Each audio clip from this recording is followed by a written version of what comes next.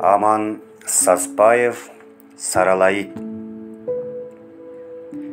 Мурда дайыма көрүп жүргөн кадимки бир сарала иттин өмүрү кийинки күндөргө чейин эсимде сакталып, көп ойлорду туудурду.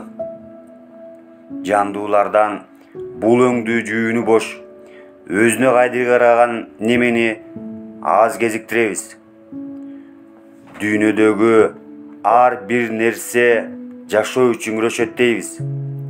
Андай болсо, анын жашап жүрүшү да күрөшсүз болбой тийиш. Бирок сарала иттин жашоосу андай эмес.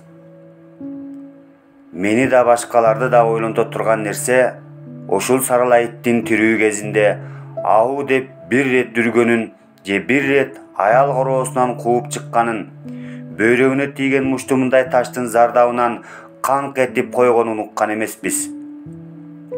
Ит башы менен мынчалык чыдамкайлык жана сабырдуулукту кайдан үйрөнүп алышына эмнелер себеп болгонун билүү кыйын.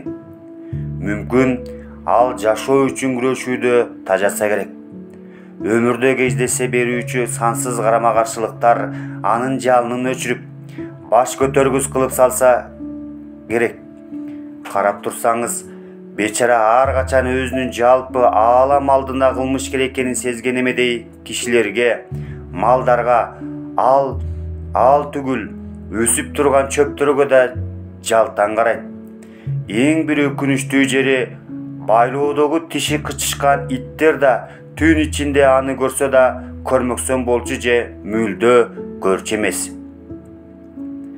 Ал эми бечаранын башка иттерге болгон шыгын айтмакчы болсок, жолбун итти көргөндө жаныбар ар кандай ит кыйратып таштоочудай үрүп жетип бараарын, анан ага кыр көрсөтүп, койругун чагарактатып, ажер бу жерин жыттап көрөөрүн элдин баары билет.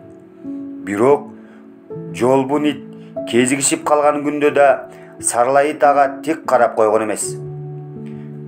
Быйып дайыма тердеп жүрүүчү мала кызыл мурдун ишке салып, таштандыларды, уңкул-чуңкулдарды жай гана шимшип жүрө берчү. Деги анын жүрүшүнүн өзү бир башкача эле. Кажет болгон бир багытты көздөй алаксыбай шыдыр кетип баратканын эч ким билбейт. Ал эми бир эле орунга айланчыктап, шимшилеп туруп да алчу эмес. Аны бирде коркуткан, бирде көчөдөн, бирде короодон көрүп калчубуз. Күн күйүп турган ысыкта да бирээр бактын түбүндө тилин чыгарып көлөкөлөп жатканын көрбөдүк. Биздин көчөнүн эркектери сарала иттин жарык дүйнөдө өмүр сүрүп, ары-бери басып тапканын жеп, жан сактап жүргөнүн капарларына да алышпайт. Ал эми көчөнүн аялдары кандайдыр бир көңүл буруп, аны уур ит деп жаман көрүшөт.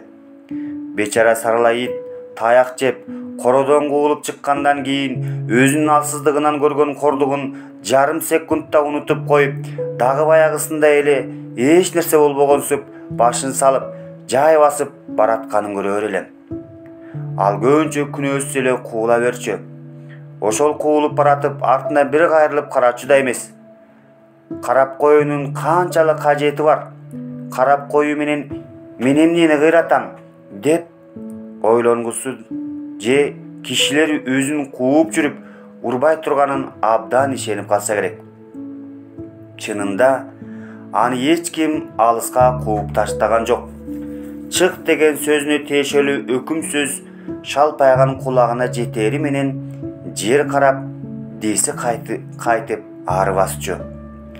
Ар бир санда жок макулук болгондуктан иттер жамаатында да адамдарга да тырмактын агындай пайда келтирбеген бойдон кетти.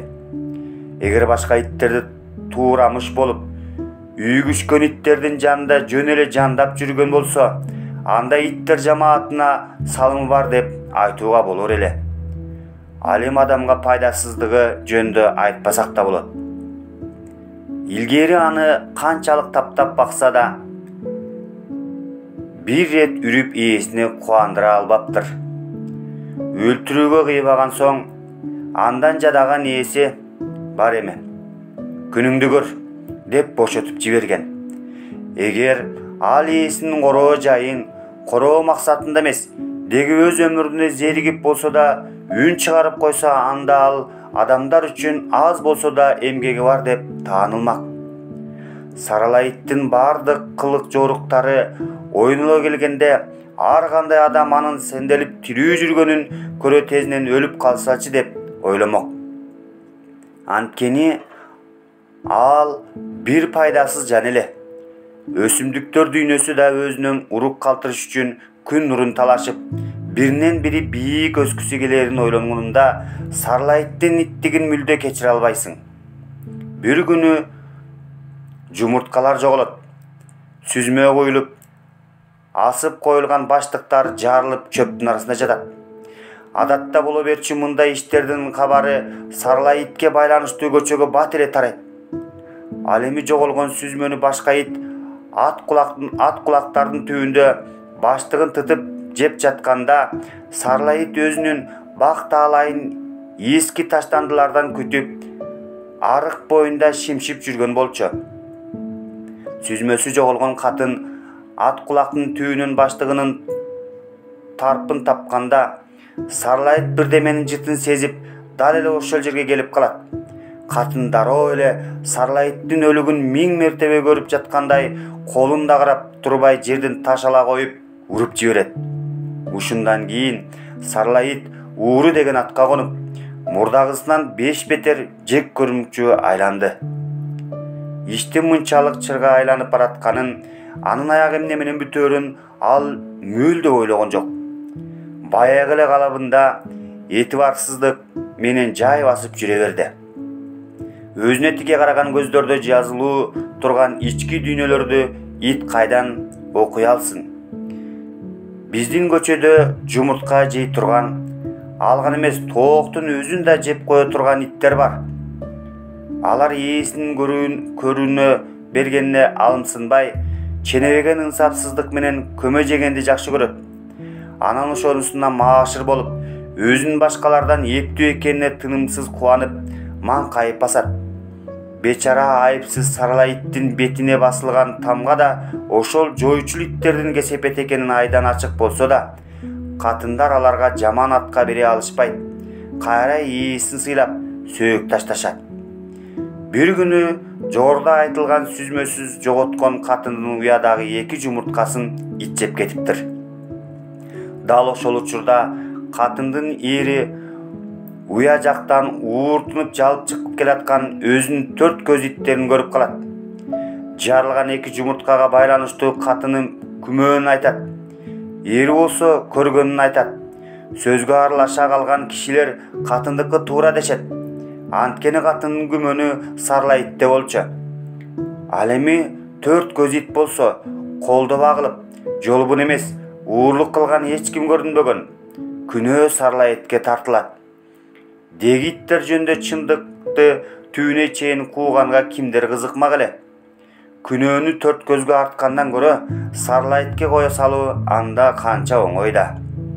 Ошентип, үйдүн ээси мылтыгына окту салып, көптү тынчытын алган сарыла итти атып таштоого издеп чыгат. Сарыла ит болсо эч нерседен капарсыз, баягы эле тамактан башканын жытын сезбеген, мурдун итке салып, таштандыларды ийринчектетип менен тинтип жүргөн болчу. Мылтыгын дүрмөтүп алган киши ошол эле жерде сыго деген жеринен таап отура калды да кароолго алды. Сарыла ит болсо мылтыгын сунган кишини карап маңдайын тосту. Бул киши мени эмнеге шакалады болду экен деп ойлонмокчу болуп, эми камына бергенде мылтык тарс этти. Сарыла ит канк этип кулап түштү. Ушул бир канк эткен добушту өлөр алдында чейин сары майда сактаганын билемин. Өз кездеринде такыр колтуктарына таш тийип турганда канкылдабай берген болсо, мүмкүн кийинки бир жанына батканда ауу деп алганына өзү да сезбей калар беле. Ошентип, бирде канк этсе, бирде ауу деп айбат жеге билсе, мүмкүн анын өмүрү мынчалык кайгылуу аяктабас эле. Чындыгында ау деп үрүүнүн негизги канк этип кыңшылоо экенин бечара Сарыла ит түшүнбөгөн бойдон кетти. Мылтык атылганда жумуртка уурдап жеген 4 көз ит дароо жетип барды. Анан жанталашып, тишин акшыйта шыбыраган Сарыла итти көрө коюп, арсылдап үрүп кое берди. Табасы канган катындар Сарыла иттин өлүмүнө абдан кубанышты. Бирок эртеси эле бир баштык сүзмө дагы бир нече жумуртка жоголду. Мүмкүн аны Сарыла иттин өчөшкөн арбагы иштегендир.